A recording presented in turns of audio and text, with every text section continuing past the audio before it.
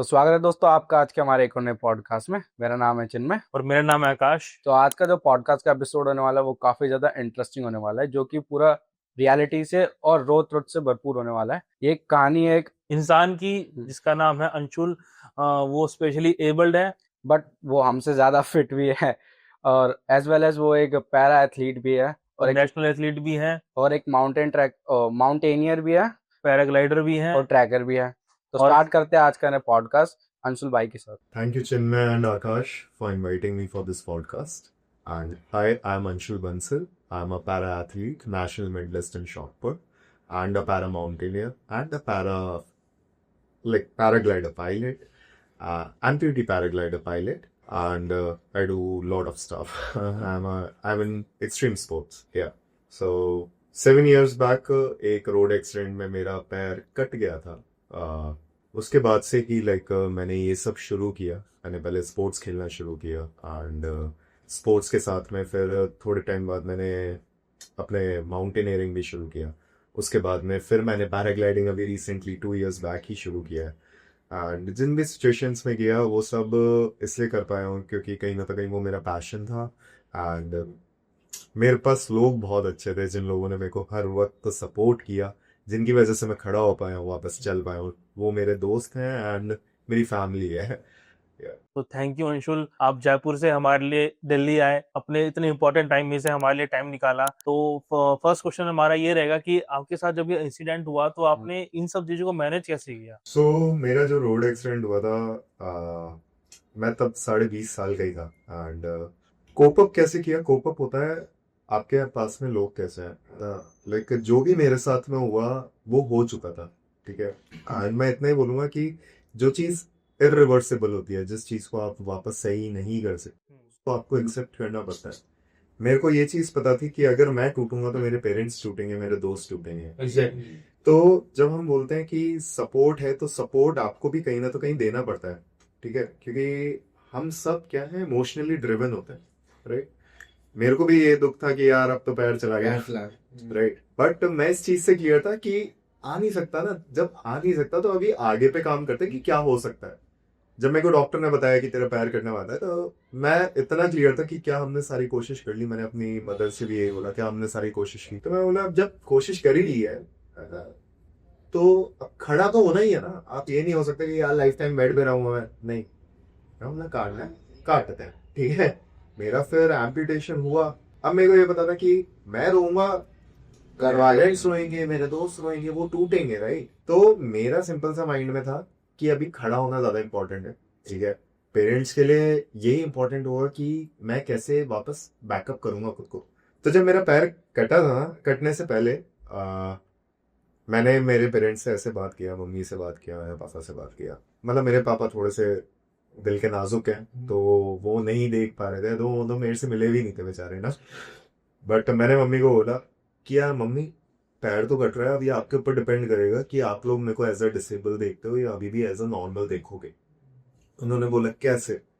मैंने बोला जो चीज मैं पहले कर रहा था अगर मैं वही कंटिन्यू करता हूँ बिना रोक टोक के, है ना, और मैं कर पा रहा हूँ, तो मतलब आप मेरे को एज अ नॉर्मल देख रहे हो वापस, ठीक है।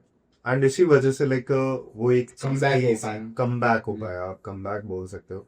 मैंने वापस से घूमना शुरू किया। मतलब 6 महीने बाद ही मैं गोवा गया, मेरे दोस्त आए जयपुर से गोवा, मैं बैंगलोर से गया, मेरी बहन गई थी मेरे साथ में। तब तो मतलब मेरी फीमर बोन टूटी हुई थी, उसमें गैप था।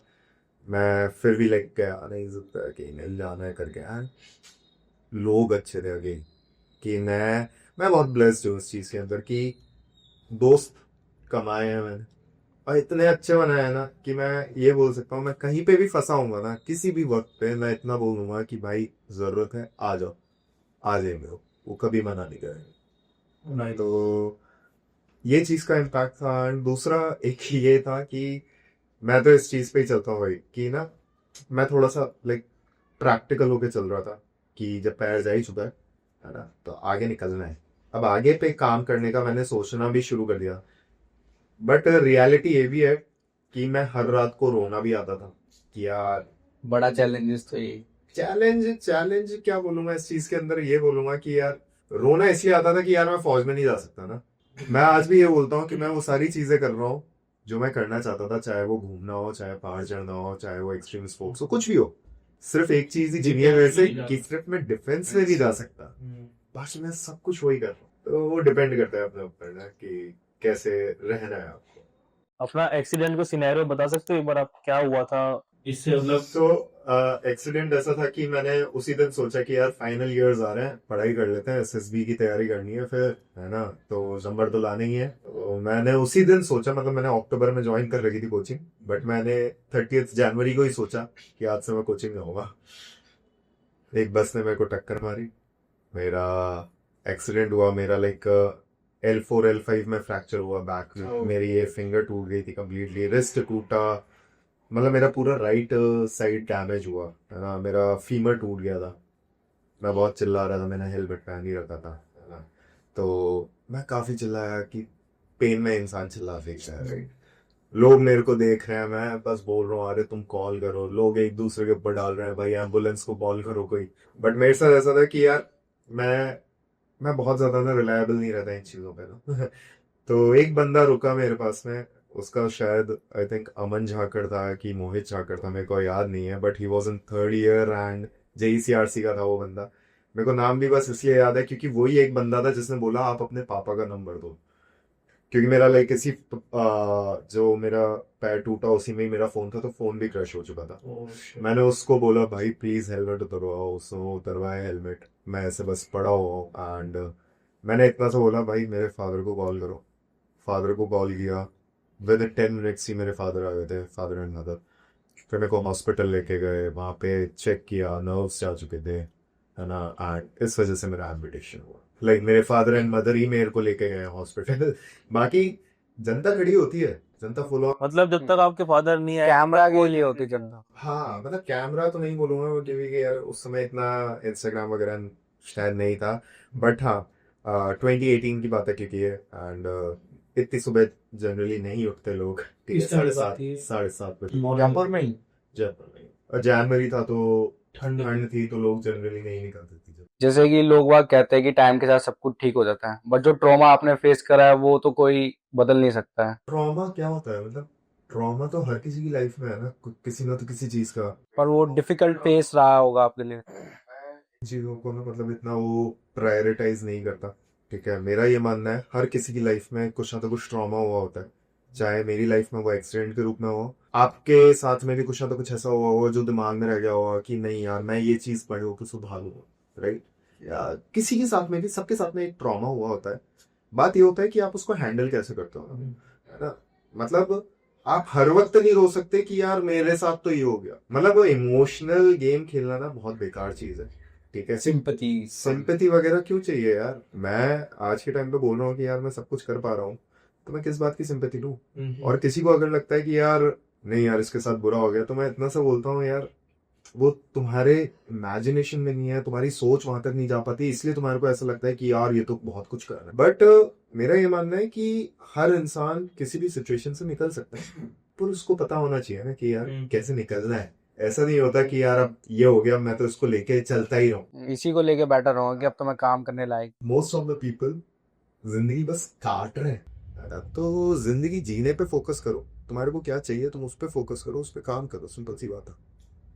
फिर भी ऐसा होता है ना, लोग वाग जो होते हैं कभी कभी फेक सिंपैथी दिखा देते हैं आपकी तरफ, पर मन में उनके लिए उतना वो नहीं होता कि सिंपैथाइज करना है इस बंदे को।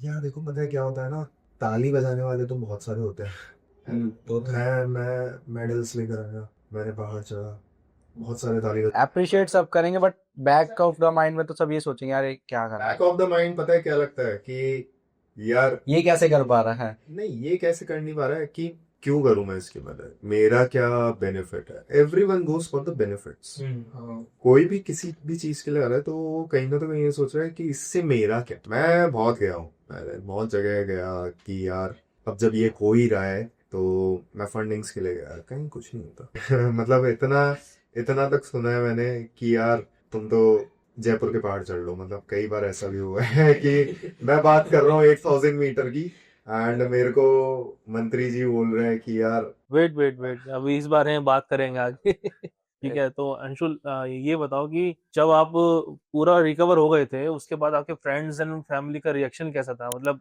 जैसे पहले थे वैसे ही थे फ्रेंड्स वगैरह, यार मैंने तो दोस्त कमाए, बोल तो रहा हूँ। मतलब मैं तो ये बोलूंगा, मेरा सीनियर जो आदमी मेरे को एनसीसी में इतना रगड़ा देता था, कीर्ति सर है, मतलब वो जो इतना रगड़ा देता था जो आदमी, उस आदमी ने 2 महीने हॉस्पिटल रुके हैं वो, ठीक है। वो मेरे साथ में रहते थे, उन्होंने मेरे पेरेंट्स को एक भी दिन रात को नहीं रुकने दिया।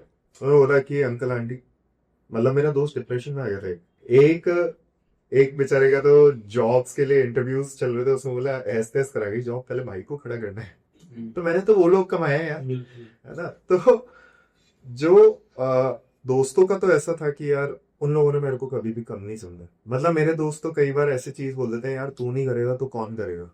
मैं कुछ भी करने जाऊंगा ना, बोलूंगा कि नहीं यार डर लग रहा है, तो फिर वो एक ही चीज बोलते हैं, यार तू नहीं करेगा तो कौन करेगा।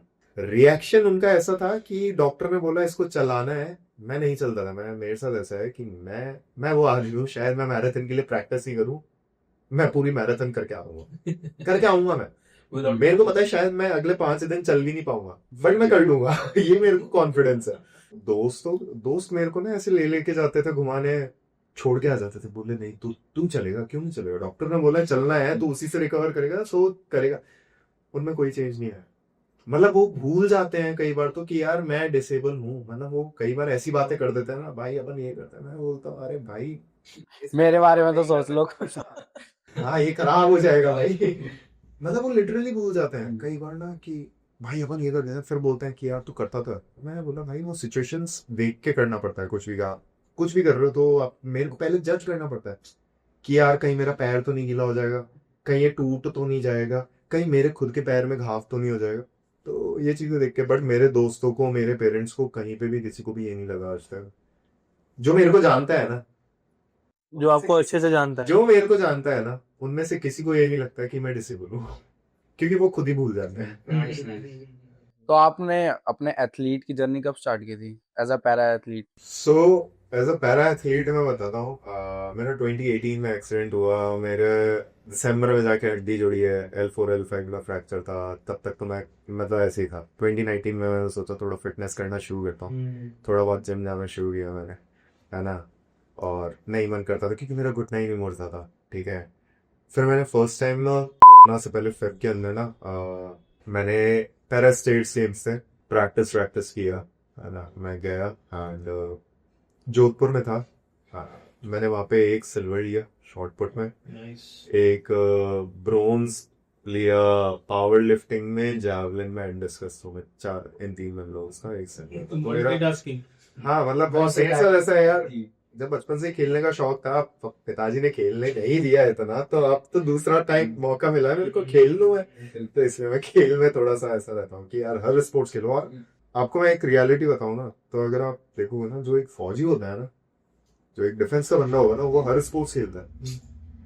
वो अगर हाई ऑल्टीट्यूड पे है वो वॉलीबॉल खेलता हुआ दिखेगा, वो अगर लोअर ऑल्टीट्यूड पे है वो आपको क्रिकेट खेलते हैं। सिचुएशन के हिसाब से वो हर गेम खेलते हैं, क्यों? क्योंकि वो सिचुएशन के हिसाब से खुद को बदल लेते हैं, हाँ, अडेप्ट करते हैं। उनकी ट्रेनिंग ही इस हिसाब से होती है, उनको फैसिलिटीज नहीं चाहिए। मतलब तुम्हारे को इतना एंथुसियाज्म होना चाहिए, यार ये बच्चे खेल रहे हैं ना, मेरे को इनके साथ भी खेलना है, ठीक है। तो वो कहाँ से आएगा? वो आप में इतना पैशन, जुनून होना चाहिए ना कि यार मेरे को तो खेलने का मन है। कोई से स्पोर्ट्स खेलो, बैडमिंटन खेल लो खेलो, ठीक है, क्रिकेट खेल लो खेलो, वो चीज होना है। पता चल रहा है आपका जुनून आर्मी डिफेंस के लिए।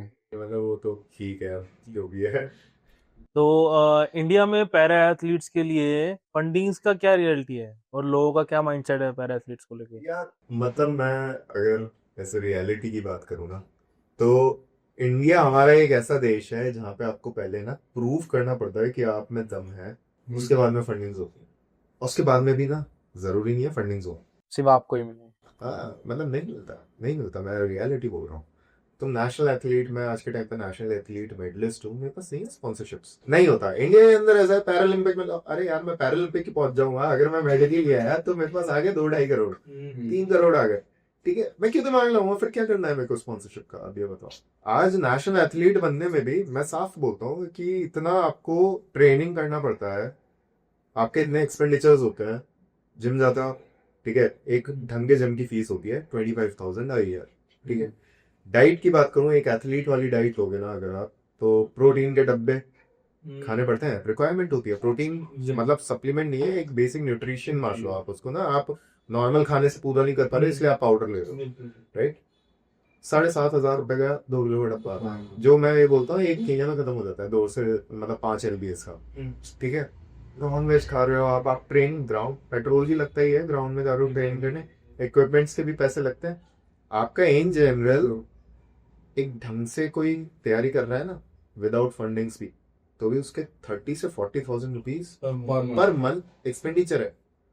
ठीक है, मैं नेशनल मेडल ला रहा हूँ, अगर मैं गोल्ड ला रहा हूँ मेरे को 2.5 लाख रुपए मिल रहे हैं। ठीक है, मैं सिल्वर ला रहा हूँ 2 लाख मिल रहे हैं, और ब्रोंज पे 1.5 लाख मिल रहे हैं।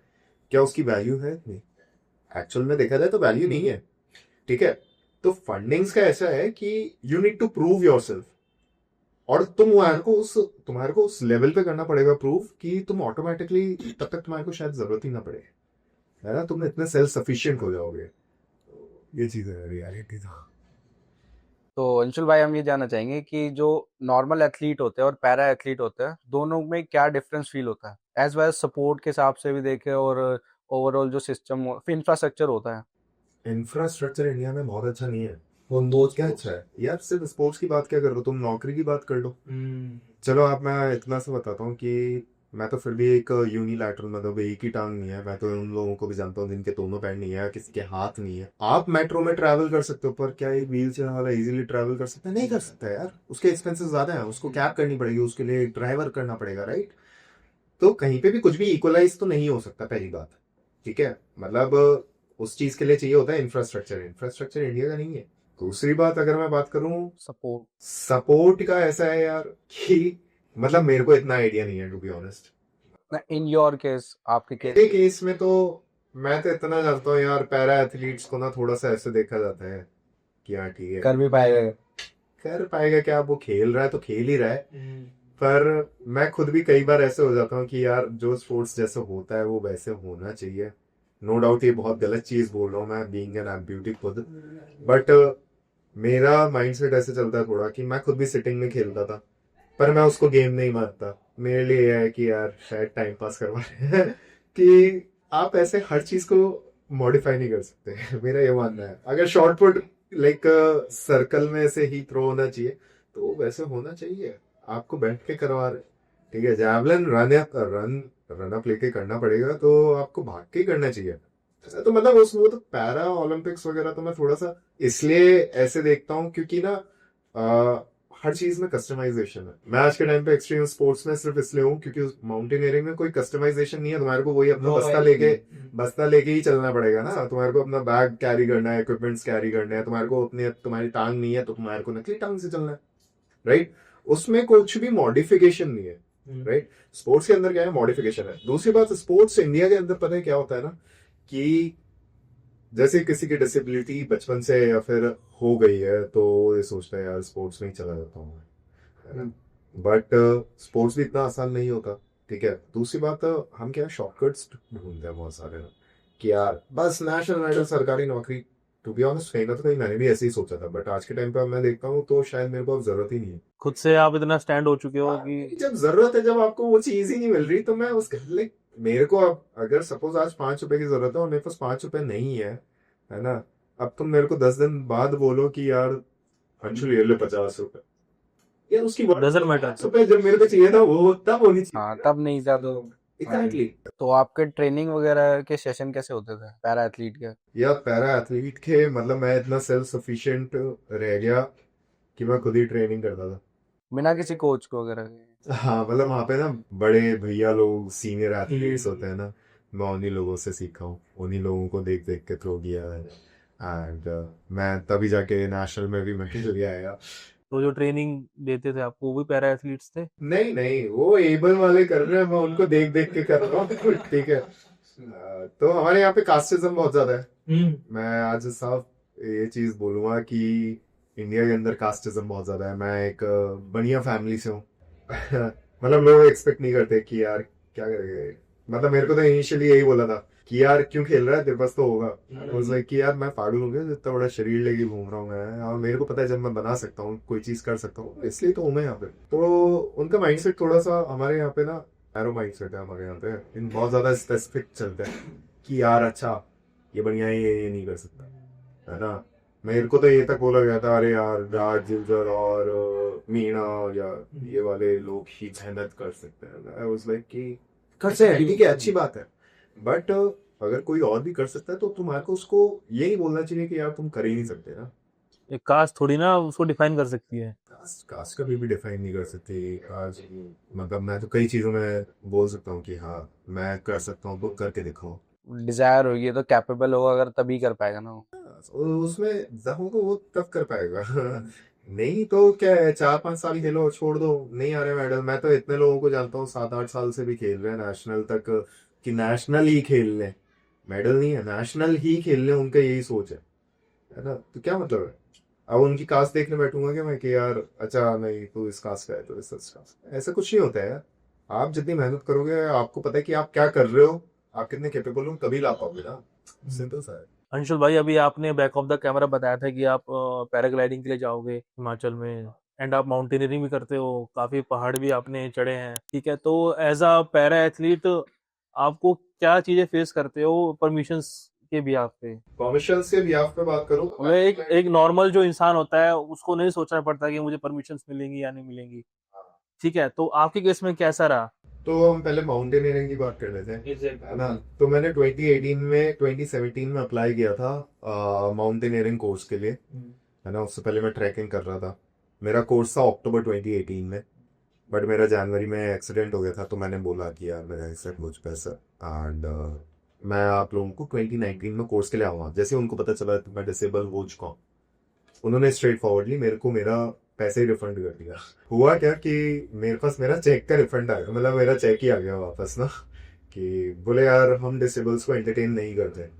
फिर मैंने बोला कि हमारे एक फीमेल माउंटेनियर है जिनको काफी अच्छा सपोर्ट भी मिला था, है ना, अरुणिमा सिन्हा मैम, है ना। वो भी उन्होंने, हाँ उनका एक पैर नहीं है एंड उन्होंने एवरेस्ट क्लाइम किया हुआ है। She is the first female to have beauty to climb Everest. तो लेकिन उनको सपोर्ट बहुत मिला, चाहे वो टाटा टाटा कंपनी की तरफ से रहा हो, चाहे वो इंस्टीट्यूट्स की तरफ से रहा हो, उनको स्पेशल ट्रेनिंग मिला। मेरे केस में कुछ भी नहीं था ऐसा। मैं आज भी बोलता हूँ, मैं स्ट्रेट फॉरवर्डली बोलूंगा कि मेरे को मना किया गया था, ठीक है। एंड मेरे को, मतलब मेरी एप्लीकेशन ही रिजेक्ट कर दी थी। मैं इनफैक्ट IMF गया था, इंडियन माउंटेनियरिंग फाउंडेशन पे, दिल्ली भी है। मैं वहाँ पे भी गया तो यही बोला गया था कि आप डिसेबल्स को नहीं करवाते। फिर मैं एक एक्सपेडिशन पे गया था, माउंट सतोपंथ गया था। तो वो बहुत अच्छा एक्सपेडिशन था, हाँ काफी डिफिकल्ट एक्सपेडिशन है। तो मैं उसके समिट कैंप तक गया था, but due to some circumstances summit push ही नहीं किया, है ना। एंड उसमें मतलब जब मैं जा रहा था ना, तो मेरे को ये बोला गया था कि यार अंशुल तू अगर कैंप 1 तक भी पहुंच गया ना, हम तेरे को BMC बेसिक माउंटेनियरिंग कोर्स करवा देंगे। मैं सबमिट कैंप से आया, मेरे को बोला यार चल तेरे को कोर्स है। फिर आई वाज लाइक कि क्यों करना है मेरे को। पहली बात तो ओवर पुश कभी नहीं करना चाहिए, ठीक है। जब मेरे को पता है कि मैं अकेला एक्सट्रीम माउंटेनियरिंग कभी कर ही नहीं सकता, नहीं कर सकता, मैं पैर नहीं है यार मेरा। मैं खुद को ये थोड़ी ना है कि मैं एवरेस्ट, ऐसे नहीं होता कोई भी चीज ना। मतलब खुद को पता होना चाहिए। मेरे को पता है कि मेरे पास टीम होगी, मैं रोप फिक्सिंग नहीं करूंगा, है ना। तो मेरे को पता है कि मेरे को इतना टेक्निकल नॉलेज एक्सट्रीम का नहीं चाहिए। तो बेसिक नॉलेज जो है वो मेरे को ऐसे सराउंडिंग में रहते हुए, ऐसी टीम के साथ में जाते हुए आने लग गया कि मेरे को पता है कि हाँ बेसिक्स मेरे को आते हैं, राइट। तब वो मेरे लिए यूज का नहीं रहा ना। अगेन मैंने इतना कर लिया था ठीक है, वहां पे भी रिजेक्शन क्यों हुआ कि यार एम्प्यूटी है, डिसेबल है। तो हमारे यहाँ पे क्या है, एक्सट्रीम स्पोर्ट्स में तो वैसे भी इतना एंटरटेन नहीं करते, ठीक है, क्योंकि गवर्नमेंट को भी डर लगता है। बट मेरा ये मानना है जब अगर कोई आदमी खुद से बोल रहा है कि यार I am willing to do it and I am paying for it, right.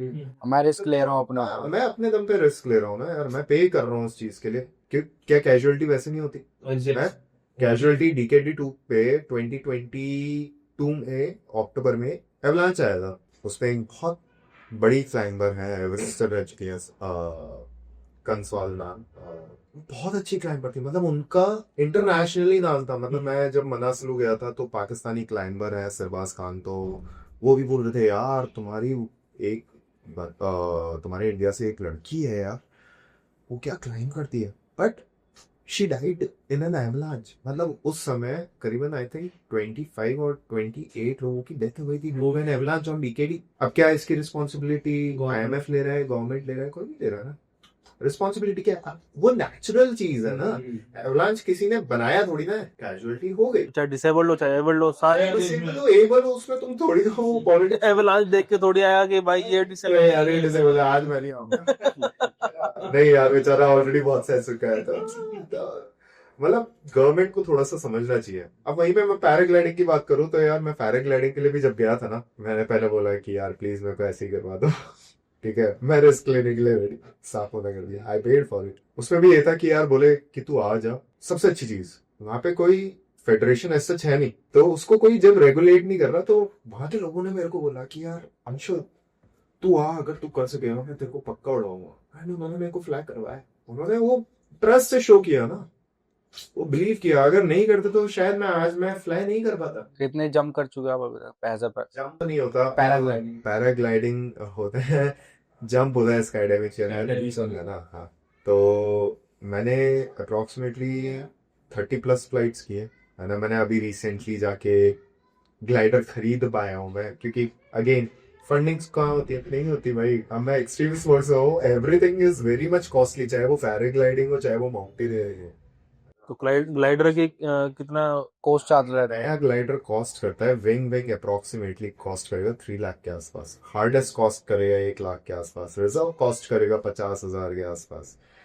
काफी एक्सपेंसिव स्पोर्ट। हाँ, कॉन्सर्टीना होता है जिसके अंदर पैक करते हैं उसका रक्सैक बैग, तो मतलब अप्रोक्सीमेटली 4-4.5 लाख रुपए आपके पास में होने चाहिए एक नया ग्लाइडर लेने के लिए। मैंने इसको फिर भी सेकंड हैंड लिया है। मैं तो यूज नहीं ले सकता। मैं साफ बोलता हूँ कि यार मैं कहाँ से लाऊंगा इतना पैसा? मैं पहाड़ भी चढ़ रहा हूँ, मैं सब कुछ कर रहा हूँ, आज मैं ड्राइव करके जाता हूँ, मेरे पास मेरे व्हीकल का भी एक्सपेंडिचर है, वहां पे रहने का, खाने का, कितने सारे एक्सपेंडिचर्स हैं।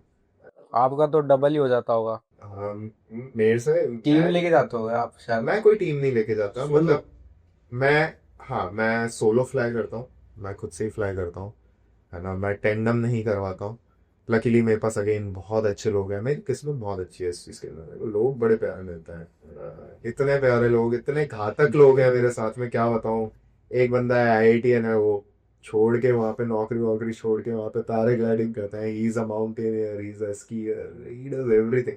स्काई डाइविंग का कभी सोचा? उन्होंने इसका, अरे बजट मिले मैं देखो मैं करके दिखाता हूँ आपको स्काई डाइविंग, और मैं करूंगा। मैं इंडिया में भी चालू हो गई शायद। इंडिया में है, बट अगेन मैं कोई भी चीज ना ऐसे नहीं करना चाहता, पीछे लटक के आगे लटक के जा। खुद मैं करूंगा, खुद से करूंगा, सोलो। वरना मैं नहीं करूँ। तो इसकी पहले कोचिंग होती होगी? हाँ, हर चीज की ट्रेनिंग होती है। आज पैराग्लाइडिंग भी मैंने किया, तो मैंने फर्स्ट जो किया मैंने खुद से ही किया वो ना, तो ट्रेनिंग हर चीज की होती है। ये स्काई डाइविंग का क्या कॉस्ट रहता है? स्काई डाइविंग मेरे को पड़ेगा अप्रोक्सीमेटली 6 लाख के आसपास। कोर्स भी होती है 3.5 लाख के आसपास, बट आपकी फ्लाइट की टिकट्स होती है, ठीक है, एंड उसके बाद में आपको रहना है, खाना पीना, तो 6-6.5 लाख में बैठा है। उसके बाद आपको लाइसेंस मिल जाएगा? नहीं यार, उसके बाद में भी आपको इतनी जंप्स करनी पड़ती है, तब जाके आपको लाइक ऐसा होता है कि कर पाते हो। It's a very expensive sport, नहीं बोलूंगा एक्सट्रीम स्पोर्ट्स बोलूंगा। एक्सट्रीम स्पोर्ट्स इज लाइक जिसको रिकॉग्नाइजेशन नहीं मिलता गवर्नमेंट के। पैराग्लाइडिंग को कौन जानता है? कौन, मतलब सबको लगता है अरे फन एक्टिविटी है। It's dopamine like. हाँ, मतलब अगर हम ऐसे देखें तो वर्ल्ड कप होता है, उसके बाहर की कंट्रीज के अंदर देखो ना यार, कितना ब्यूटीफुल है सब कुछ ना। मतलब हर चीज, हर स्पोर्ट रिकॉग्नाइज किया जाता है। लाइक जैसे रेड बुल करती है। हाँ, रेड बुल करती है। रेड बुल तो एक्सट्रीम पे चलता है यार। हर एडवेंचर गेम को वो ऐसा कॉम्पिटिटिव गेम गेम्स में शो करती है वो। हाँ, पैराग्लाइडिंग हो, मतलब कुछ भी एक्सरसाइज। आना पड़ेगा इंडिया को भी। रेड रेड बुल क्या है? रेड बुल का स्लोगन ही यही है ना, इट गिव्स यू विंग्स। अब विंग्स का मतलब आप एक्सट्रीम कर रहे हो ना कुछ, तो इट कुड बी एनीथिंग। वो बोल देंगे कि यार तुम इतने डेप्थ पे आके ही पैराशूट खोलोगे, या उनके तो मतलब एक्सट्रीम, जो एक नॉर्मल इंसान नहीं सोच पा रहा है, वो चीज और है नहीं। तो एक तरफ आप मेडल भी जीत रहे हो और एक तरफ गवर्नमेंट सपोर्ट नहीं कर रही है, तो काफी अनफेयर लगता होगा।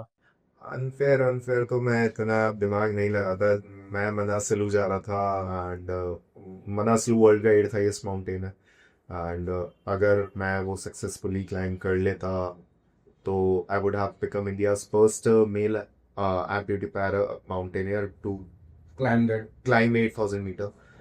बट ना तो देखो मेरे को स्टेट गवर्नमेंट की तरफ से कोई सपोर्ट है, ठीक है। मैं राजस्थान से हूँ, मैंने बताया ना किस्सा कि मैं फंड्स के लिए गया, मेरे को बोला कि अरावली के पहाड़ चढ़ रहा है, आई वाज लाइक कि यार, मैंने सीरियसली ये चीज बोली थी कि सर एक काम करो, मैं अपना बजट तो कहीं ना तो कहीं से लाऊंगा, नहीं तो कोई भी करेगा, मैं तो जाऊंगा 100% है ये, बट एक काम करो आप भी चलो, एंड जब सांस नहीं आ रही होगी ना 6000 मीटर के ऊपर, फिर मैं पूछूंगा हाँ आसान है ना माउंटेनियरिंग तो।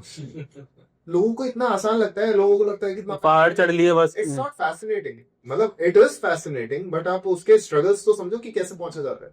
अनटिल अनलेस वो खुद से एक्सपीरियंस नहीं कराया मैम। मेरे को वो बजट, मतलब आज मेरा प्रोस्थेटिक है, मेरा प्रोस्थेटिक इतना कॉस्टली कॉस्ट करता है, इंडिया के अंदर कुछ है ही नहीं, मतलब मेडिकल इंश्योरेंसेस में कवर नहीं होता वो काफी एक्सपेंसिव है। इंडिया के अंदर प्रोस्थेटिक्स कवर नहीं होते मेडिकल इंश्योरेंस में, बाहर की कंट्रीज में होते हैं, इसलिए वहां पे डायनेमिक फुट लिए जाते हैं। यहाँ पे मेरे को खरीदना पड़ेगा, ये आपने खुद से खरीदा हुआ है? से देने पड़ेंगे, कहाँ से लाऊंगा मैं इतना पैसा, एक पैर के लिए बार बार मेरे को 5 लाख रुपए लाने पड़ते। तो अभी जो आप यूज कर रहे हो उसका कॉस्ट क्या है? मेरे पास मल्टीपल प्रोस्थेटिक्स है, एंड मेरे पास 2.5 लाख से लेके 4,80,000 रुपए तक का तो आपने खुद से खरीदा हुआ है? लेने पड़ते हैं। इनकी लाइफ वगैरह भी होती है? लाइफ मैं तोड़ के दिखाता हूँ आपको, आप मेरे को पैर दो, मतलब मैं यूज करूंगा, मैं एक्सट्रीम लेवल पे यूज करूंगा। मेरे साथ ऐसा है ना कि जो एथलीट होता है वो सिर्फ एथलीट रहता है, जो खेल रहा है वो सिर्फ खेल रहा है। मैं साफ बोल रहा हूँ, मैं जो पहाड़ चढ़ रहा है वो सिर्फ पहाड़ चढ़ रहा है, जो उड़ रहा है वो सिर्फ उड़ रहा है। मैं हर चीज में यूज कर रहा हूँ सिर्फ ना उसको, तो मेरे प्रोस्थेटिक्स टूटते हैं, मतलब ऐसे टूटते हैं कि फिर मेरे को घर पे भी बैठना पड़ता है कि यार अब पैर नहीं, पैर के पैसे भी नहीं है ढंग के पैर के लिए, बैठते हैं तो बैठता हूँ मैं भी। तो इनमें भी क्वालिटीज होती है? क्या क्वालिटीज होती है इनमें भी? क्वालिटीज प्रोस्थेटिक हाँ क्वालिटीज सो एक बेसिक प्रोस्थेटिक आ जाता है 30,000 रुपए का ना, पर उसमें कुछ एडवेंचर गेम वगैरह नहीं है? करने वाले करते हैं। मैं मेरे साथ ऐसा है अब तुम सोचो कि यार मैं एक नॉर्मल साइकिल से एमटीबी रेस करके आऊंगा, तुम खुद को मौत की तरफ सेंस ही नहीं बन रहे इस पर। अभी तुम मेरे को बोलो कि यार मैं तो जो दिल्ली में जैकेट पहनता हूँ उससे मैं माउंटेनियरिंग एक्सपीडिशन भाई सर्वाइवल नाम की भी चीज होती है ना, कि पता होता है कि यार तो कोई भी चीज कर रहे हो तुम सेफ्टी के साथ, तो दिमाग में तुम ये थोड़ी ना एक आखिरी बार करना है, तो हर चीज का एक तरीका होता है, उसको तरीके से करना चाहिए। भाई जैसे कि आप माउंटेन ट्रैक करते हो तो आपको क्या क्या रिस्ट्रिक्शन देखने को मिलती एम्प्यूटी नहीं मिलती मेरे को तो परमिशन, मैं बिना परमिशन के जाता हूँ, और मेरे को कोई दुख नहीं है कि मेरे हाथ में सर्टिफिकेट नहीं है, मेरे को किसी सर्टिफिकेट की जरूरत नहीं है कि आईएमएफ देगा नहीं देगा। मेरा सिंपल सा है, जाऊंगा क्लाइम करूंगा खुद से आ जाऊंगा, ठीक है। मेरे पास कंपनीज को पे करने के लिए भी नहीं है, कंपनी एक एक्सपीडिशन लेके जाएगी 2 लाख रुपए में, शायद मैं उसको लाख रुपए में करे। मतलब मैं एक छोटा सा एग्जांपल लेता हूँ, एक फ्रेंडशिप पीक करके है ना तो उसके लिए जनरली कंपनी चार्ज करती है 35,000 रुपए। फ्रेंडशिप पीक क्या होता है? फ्रेंडशिप पीक एक पीक है, पहाड़ है, ओके, ओके, उसकी ऊंचाई ओके। 5,290 मीटर के आसपास है, तो it's a good mountain climb ना, तो जनरली लोग जाते हैं, छोटी मोटी टेक्निकलिटी है उसके अंदर। 40,000 रुपए मांगते हैं, मैं तो खुद का बस्ता लिया, लाइक रक्सैक लिया, टेंट लिया, राशन लिया, ब्यूटेन लिया, स्लीपिंग बैग लिया, बूट्स रखे ठीक है, खुद से चला गया मैं, हाँ रेडी टू गो, मतलब मेरा एक्सपेंडिचर आया उसमें 2,000 रुपए बस हाँ, और वो पैसे नहीं है यार मेरे पास, कहाँ से लाऊंगा पैसा, कोई स्पॉन्सर थोड़ी ना कर रहा है, जुगाड़। और मैं सिंपल सा है, मैं एक बार पूछूंगा 2 बार पूछूंगा कि कर रहे हो, नहीं कर रहे, नहीं कर रहे, मत करो यार, जो चीज होनी है वो तो करनी है ना, अब वो कैसे कर रहा हूँ, अब वो फिर मैं चलता हूँ जुगाड़ पे, है ना, तो फिर मैं वो जुगाड़ पे कर रहा हूँ चीज ना, अब मैं 2,000 4,000 में कर पा रहा हूँ, तो वो स्किल है ना। मैं कि कोई पोर्टर नहीं कर रहा हूँ, मैं कुछ नहीं कर रहा हूँ, क्यों, क्योंकि लाइक मैंने बोला मुझे सिंपैथी लेना पसंद नहीं है मेरे, कि मैं I am capable to do. मैं पहाड़ भी इसलिए चढ़ता हूँ क्योंकि मेरे को खुद को चढ़ना पड़ेगा, उसमें कोई कस्टमाइजेशन नहीं है, मेरे को खुद का बैग खुद उठाना है, ठीक है, मैं अपना लगेज खुद उठाऊंगा, तो वो वाला सीन है, मैं कॉम्प्रोमाइज नहीं करता, मतलब जो चीज जैसे होनी चाहिए वो वैसी ही होनी चाहिए, तभी अच्छी लगती है। मेरे को लोग बोलते हैं कि यार ऑटोमेटिक कार ले लेता, मैं मैनुअल कार चलाता हूँ, मेरे पास वैलिड लाइसेंस भी नहीं है और पूरा इंडिया मैंने स्पीति नाप दिया, उससे लद्दाख नाप दिया, मतलब एक साल में 30,000 किलोमीटर चला दिया अभी ना, बट प्लीज मेरे चालान मत करना यही बोलूंगा। तो मतलब लाइसेंस के लिए अप्लाई नहीं किया या वहां भी कुछ प्रॉब्लम आती है? ना उनके हिसाब से तो मैं विकलांग हो गया ना, उनके हिसाब से तो मैं चला ही नहीं सकता, इनका कोई लाइसेंस नहीं होता। होता है, मैं कस्टमाइज क्यों करवाऊँ कार जब मेरी कार मैं मैनुअली चला सकता हूँ तो, राइट। मैं तो ये बोलता हूँ यार, तुम मेरा ड्राइविंग टेस्ट लो ना, मैं फेल होता हूँ तो मत दो, तब मेरे को बोलो कस्टमाइजेशन करवाने की जरूरत है। बट अगर मैं ये बोल पा रहा हूँ कि यार मैं सारे तुम्हारे टेस्ट क्लियर करता हूँ, है ना, तो मैं केपेबल होना चाहिए ना, मतलब मैं केपेबल हूँ ना, फिर तुम्हारे को मेरे को नॉर्मल वैलिड लाइसेंस देना चाहिए रादर देन इनवैलिड लाइसेंस कि यार नहीं अब कस्टमाइज गाड़ी चलाऊंगा मैं। पहाड़ में नहीं चलती ऑटोमेटिक वगैरह ना, लाइक इंजन सूख जाते हैं, गियर बॉक्स अटक जाते हैं उसके, इसलिए। और पैरा एथलीट्स जो होते हैं उनके लिए पैसा कमाना कितना मुश्किल है, स्पॉन्सरशिप वगैरह का क्या सीन रहता है? क्या मैं सेल्समैन की जॉब कर सकता हूँ? नहीं कर सकता। कितना घूमना पड़ेगा फिर? करियर में काफी ज्यादा डाउनफॉल है। डाउनफॉल नहीं, रेस्ट्रिक्शंस है यार, मेरी बॉडी अलाउ नहीं करेगी ना, मैं घूम ही नहीं सकता। मैं आज प्रोस्थेटिक पहनता हूँ, मैं ज्यादातर ठंडे एरिया में इसलिए रहता हूँ ताकि मेरे छाले ना पड़े पैर में। मैं गर्मी में इतना घूमूंगा पैदल पैदल, मेरे छाले पड़ जाते हैं। मैं पहाड़ पे चढ़ता हूँ, नो डाउट मेरे पैर में छाले पड़ जाते हैं, बट अगर मैं जॉब कर रहा हूँ तो मेरे को करना पड़ेगा ना, कोई वो नहीं है, मजबूरी है वो मेरी ना। अब तो पैसा कमाना बहुत डिफिकल्ट है, बहुत ही डिफिकल्ट है। स्पॉन्सरशिप्स का क्या सीन रहता है? नहीं मिलती ना स्पॉन्सरशिप्स, वो तो मैं स्ट्रेट फॉरवर्डली बोल रहा हूँ, नहीं मिलती स्पॉन्सरशिप। पिच किया आपने? मैंने पिच किया है, मैंने इंडियन ऑयल को पिच किया हुआ है, मैंने 10 चक्कर काटे हुए हैं उनके। एक वक्त तक तो उनका ये था कि नहीं हो जाएगा, फिर नहीं हुआ। कैसे रिजेक्ट कर रहे हैं? स्ट्रेट फॉरवर्ड है कि हम नहीं कर सकते? यार मेरे को तो एक कंपनी ने ये तक बोला हुआ है कि तुम डिसेबल हो, हम डिसेबल्स को स्पॉन्सर नहीं करते, हमारे पास वो प्रोविजन ही नहीं है। I was like, अच्छा ऐसा भी होता है, ठीक है। फिर बोले कि नहीं यार अंशुल तुम अच्छा कर रहे हो। अरे अच्छा तो मैं कर रहा हूँ, मेरे को भी पता है, तभी तो मैं स्पॉन्सरशिप लेने आया हूँ। तो नहीं फर्क पड़ता है इंडिया के अंदर ना कि आप क्या कर रहे हो क्या नहीं कर रहे हो। मतलब मेरे केस में तो हाल फिलहाल मेरे को नहीं मिला है। अभी आपका इंस्टाग्राम देखा था, उसमें आपने ऐड की थी शाहरुख खान के साथ, तो वो कैसे मिली थी आपको? सो मैं बस एक रैंडमली एक मैसेज आया इंस्टाग्राम पे कि एक शूट है ना। तो मेरे को इंस्टाग्राम सोशल मीडिया इतना नहीं आता चलाने, आप मेरा इंस्टाग्राम भी देखोगे तो it's a very simple thing, ठीक है। मतलब बहुत ज़्यादा ऐसे फैसिनेटिंग नहीं है, बस उसमें मेरे काम दिखेगा कि हाँ ठीक है मैंने ये चढ़ा हुआ है या ये किया हुआ है या मैं स्पोर्ट्स है। तो मैं बस एक दिन ऐसे ही रैंडमली एक मैसेज आया कि एक ऐसा ऐसा शूट है and I want we are looking for an athlete. तो मैं बोला ओके, है ना। अब मेरे को क्या है, मैं तो यही सोचा कि रैंडमली मैसेज आया, मैं क्या हो जाएगा मेरे साथ ज्यादा ज्यादा रिस्पॉन्स नहीं आएगा, ठीक है। तो मैंने कर दिया, मेरे पास रिस्पॉन्स आ गया एंड मैंने बोला कि एक्चुअली एक ऐसा शूट है बहुत बड़े एक्टर के साथ में, है ना। उसका रिवील नहीं किया तो नहीं करते, कभी भी रिवील नहीं करते कि आप किस बड़े ऑन सेट कर दूंगा। हाँ ऑन सेट पता चलता है। तो कि ओके, फिर मेरे पास टिकट्स आ गई, ठीक है। मेरे को पता चला अच्छा मैं शूट करने जा रहा हूँ, मैं मुंबई गया, शूट किया, मैं मिला, it was good experience. But वहीं पे अगेन हुंडई से भी, हुंडई समर्थ का किया यार मैंने, जो एडवर्टीजमेंट किया है, जो शूट किया था, आई वाज लाइक कि यार शायद हुंडई मेरे को स्पॉन्सर कर दे। नहीं करते यार, रेड फ्लैग। मैं कि यार हम आप खेलना चाहते हो कुछ तो खेल लो, हम उसमें कुछ कर देंगे कि उसमें कुछ देख लेंगे, लाइक किसी एनजीओ होती है उनके अंडर में चले जाओगे आप। पर मैंने बोला यार जो मैं कर रहा हूँ वो तो मैं इकलौता ही कर रहा हूँ ना हाल फिलहाल, कितने जने हैं जो पहाड़ ऐसे चढ़ रहे हैं, एम्प्यूटीज होते हैं वो यार, वो सपोर्ट के साथ में जाते हैं। मैं जा रहा हूँ, मैं खुद का बैग लेके जा रहा हूँ, मैं तो एक नॉर्मल इंसान की तरह जा रहा हूँ कि खुद का खाना भी खुद ही बना रहा हूँ। मेरा जो करने का तरीका है कोई भी चीज का, वो सेल्फ रिलायबल होके करता हूँ मैं ना। तो उन्होंने नहीं किया मेरे को स्पॉन्सर, हुंडई समर्थन है भी ना, सैड, ठीक है अब नहीं होगा। फिर भी एक्सपेक्टेशंस रहती हैं कि भाई, एक्सपेक्टेशंस थी मेरे को ना कि यार मैंने उनके लिए शूट किया है, शायद वो मेरे को थोड़ा सा बेनिफिट मिलेगा मेरे को उस चीज का, बट नहीं मिला। तो शाहरुख खान सर से मिले थे आप? शाहरुख खान सर से मिला था, he is a very humble guy, he is a very humble guy. Team थोड़ी सी खराब है बट हाँ, he is a very humble गाय। तो शार्क टैंक शूट पे जो आप आए थे उसका कैसे कैचअप हुआ था? सो अगेन एक इंडियन प्रोस्थेटिक ब्रांड है फ्यूप्रो करके, जिन्होंने फर्स्ट हाईटेक मॉड्यूलर प्रोस्थेटिक्स बनाना शुरू किया था, एंड निमीश अरोड़ा एंड सिरिल जो बेबी। तो इनको मैं मिला था 2020 में।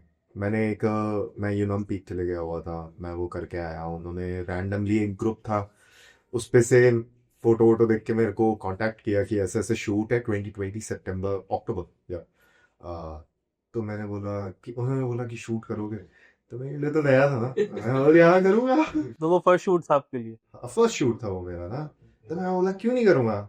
सो आई वेंट टू चंडीगढ़, वहाँ पे शूट हुआ एंड मैं तो ऐसा हो गया भाई, क्या राजाओं वाला लाइक ट्रीटमेंट मिला, मतलब इतनी इज्जत, वो भी एक एम्प्लॉय को। बट ऑब्वियसली बात है कि उनके लिए मैं मेन कैरेक्टर था उसके अंदर, तो इस वजह से भी मिला। तो ठीक है, I went up there and उनके लिए शूट किया था मैंने, तो उनको मैं डायनेमिक लगा। ठीक है कि अच्छा लड़का यार बैडमिंटन भी खेलता है ना, ये तो बाइक भी चलाता है, कार भी चलाता है एंड लाइक सब कुछ ही कर पा रहा है, स्पोर्ट्स में है। तो इसलिए उन्होंने बुला लिया, मैंने शूट किया। फिर अभी क्या हुआ, रिसेंटली उन्होंने पिच किया था शार्क टैंक के अंदर, सीजन 4 एपिसोड 30। तो उन्होंने बोला कि यार अंशुल तू डेमोन्स्ट्रेट करेगा product. Hey Anshul. Hello, Sharks. Hi Anshul.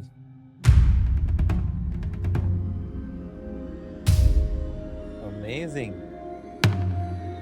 आपकी तो ड्रिबलिंग भी अच्छी है।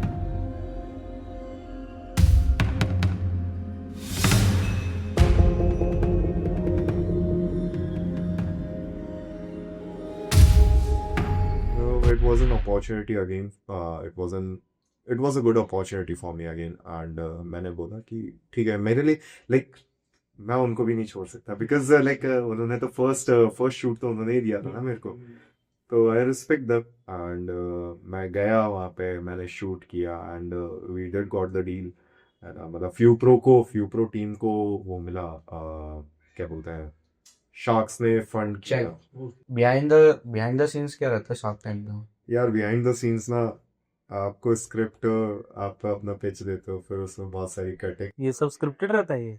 स्क्रिप्ट नहीं, आप अपना प्रोडक्ट लेके जा रहे हो तो आपको कैसे पिच करना है वो तो सिखाएंगे, क्योंकि आपने कितनी जगहों पे पिच किया होगा। एग्जैक्टली। उसको एक लाइक टेलीविजन पे दिखे एकदम प्रॉपर वैसा स्क्रिप्ट बनाई जाती है, तब जाके वो होता है। तो behind the scenes it was good and team was really good, बहुत ही अच्छी टीम है उन लोगों की। तो उन ब्रांड ने आपको मतलब हेल्प करी प्रोस्थेटिक से रिलेटेड? प्रोस्थेटिक्स तो है मेरे पास already, but yes I am happy कि they paid me. So India के अंदर अगेन क्या होता है ना कि एक नॉर्मल इंसान को बुला रहे हो तब तो पीपल आर पेइंग कि हाँ नहीं आप हमारे इस पे आओ, मोटिवेशनल स्पीच के लिए आओ या किसी चीज के लिए आओ, and they are like we'll pay you this much amount. But एक एम्प्लॉय मेरे को कई बार बुलाया ना ऐसे कि आप आ जाओ, मैं बोला कि रिटर्न में क्या रहेगा, एक टोकन ऑफ अप्रिसिएशन होता है, आप दूसरों को चेक दे रहे हो, दूसरों को पैसा दे रहे हो, तो एटलीस्ट हमारे को भी कुछ मिलना चाहिए, राइट? क्योंकि आज मेरे को क्यों बुलाया जा रहा है, मैंने कुछ अच्छा किया होगा तभी तो बुलाया जा रहा है, मैंने कुछ अचीव किया तभी तो बुलाया जा रहा है, वरना मेरे जैसे तो पता नहीं 10 करोड़ की आबादी है जो डिसेबल है इंडिया के अंदर। तो मैंने उन्होंने उस चीज का रखा एटलीस्ट कि दे वैल्यूड इट। बाकी जगहों पे अब जब कोई ऐसे बताता है कि नहीं यार अंशुल, कि यार क्यों मैं इतनी दूर भी जाऊं, खर्चा करके जाऊं क्या। I think we are very lucky कि आप हमारे पॉडकास्ट में थैंक यू सो मच। मैं तो आया दिल्ली में था इसलिए, एंड मेरे साथ ऐसा है कि यार मेरे को अच्छा लगता है जब कोई भी ग्रो करता है ना, बट मेरा सिंपल सा है कि if you are getting out of it, if you are receiving anything out of it, तो you should share instead of being selfish कि नहीं यार मैं ही रखूं, क्यों रखता है यार, मतलब बांटते हुए चलो, राइट? तो जब तक आप खुद अप्रिशिएट नहीं करोगे दूसरे को तो दूसरा क्यों वैल्यू करेगा ना, है ना? क्योंकि स्किल्स है तभी बुलाया जाता है। मैंने आपको अप्रोच भी शार्क टैंक देख के किया था। जिस टाइम मैंने आपको मैसेज किया था ना, ये मान लो मैं एपिसोड देख ही रहा था आपका बैठ के, मैंने कहा एक बार तो चेक करना पड़ेगा। डाउट मेरे को मतलब ये था मन में कि भाई मुझे नहीं लगता शायद मैसेज आएगा, क्योंकि भाई जो बंदा शार्क टैंक में आ रहा है मे भी ना करे रिप्लाई। काफी लोग होते हैं जो इग्नोर कर देते देख के, बट मैं शॉक हुआ कि यार एकदम से मतलब विद इन आवर में आपने मेरे को रिप्लाई कर दिया था। और मुझे एक्सपेक्टेशन भी नहीं थी कि जयपुर से बंदा आएगा और हमारे साथ पॉडकास्ट करेगा, टू बी ऑनेस्ट। मैं आप मेरे को इतना से बताओ, मैं समझता हूँ, बट मेरा ना थोड़ा सा ये मानना भी है कि क्या मैं सही में इतना बड़ा आदमी बन जाऊंगा। और आदमी बड़ा क्या होता है, अगर मेरे से 4 लोग ढंग से कोई मेरे पीछे ये बोल देगा कि यार वो तो आदमी ऐसा है, तो क्या मतलब रह जाएगा मेरे कुछ भी कमाने का, राइट? Double face. हाँ, यू शुड बी हम्बल। नहीं तो कई लोग इतने लालची होते हैं, वो सोचते हैं कि भाई हमें तो टीम आने का मौका मिल गया तो हम पेड चार्जेस करेंगे। मतलब किसी से भी पूछते हैं हम तो सीधा चार्जेस बताता है कि भैया इतने चार्ज। मतलब मैं इस चीज पे तो अभी ऐसा कुछ भी नहीं बोलूंगा, क्योंकि मेरा ये मानना है कि चार्जेस होते हैं हर किसी के, क्योंकि कोई अगर आपको टाइम दे रहा है या कुछ भी कर रहा है, बट हम्बलनेस होनी चाहिए। मतलब मेरा ये मानना भी है कि अगर आप हम्बल नहीं होगे, यार आज मैं जिन डिफिकल्टीज से निकला हूँ, अगर दूसरे आदमी भी वही डिफिकल्टी फेस कर रहे हैं तो मेरे करने का फायदा क्या हुआ, राइट? कि मैं सिर्फ खुद के लिए नहीं कर रहा, मैं चाहता हूँ कि यार अगर मैं फॉर एग्जाम्पल मैं वो रिस्क ले रहा हूँ तो मैं ये चाहूंगा कि उससे आदमी कुछ सीख के अगर करना चाह रहा है, उसको हेल्प की जरूरत है, तो मैं डेफिनेटली करना पसंद करूंगा। अगर आपको लगता है कि आप किसी की मदद कर सकते हो, करो यार, क्योंकि ना आप छोटे हो जाओगे ना वो बड़ा हो जाएगा। राइट?